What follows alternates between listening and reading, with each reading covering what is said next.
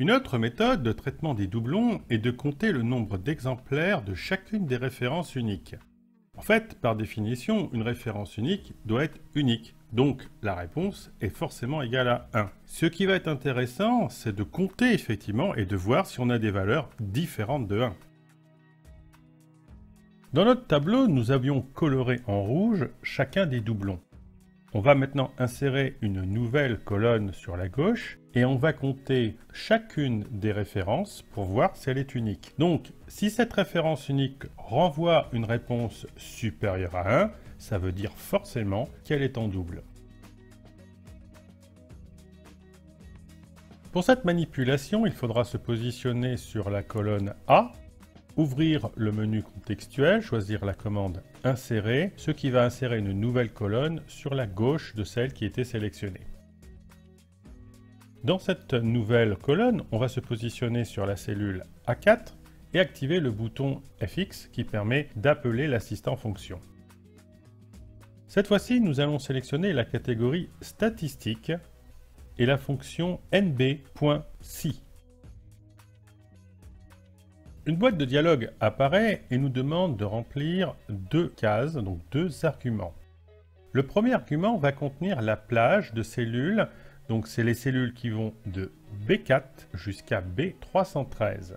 Attention, il faudra désigner cette plage de cellules de manière absolue, c'est-à-dire donc avec les signes $.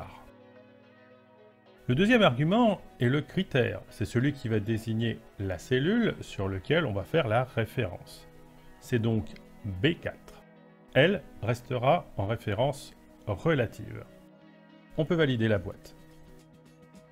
On obtient la valeur 1 en cellule C4, ce qui signifie que la référence qui est en B4 est vraiment unique. On va effectuer un double-clic sur la poignée de recopie de la cellule A4, ce qui va permettre de recopier cette formule sur l'ensemble des cellules de la colonne A du tableau.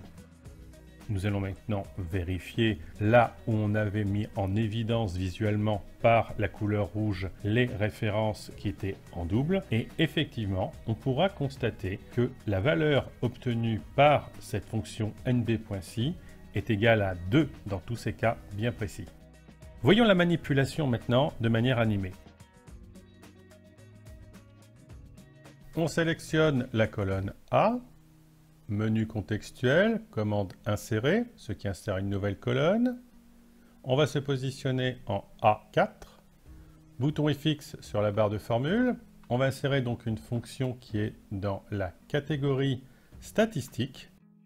On va descendre dans la liste pour trouver la fonction qui s'appelle nb.si.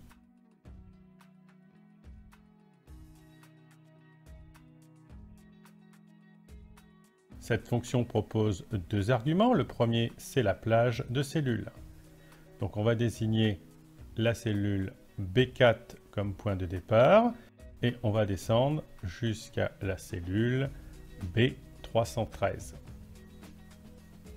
Ne pas oublier de mettre cette zone de cellules en écriture absolue.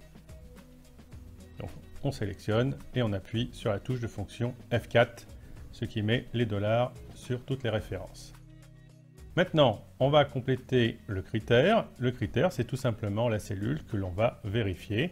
Donc ici, ce sera B4, qui reste, elle, en relatif. On valide. On obtient la réponse 1. Double-clic sur la petite poignée en bas de la cellule, ce qui recopie la formule sur toute la colonne. Allez, on descend vérifier nos doublons. On retrouve nos doublons qui sont en rouge et effectivement, il y a la valeur 2 à chaque fois. Ce qui prouve bien que ces enregistrements sont bien en double.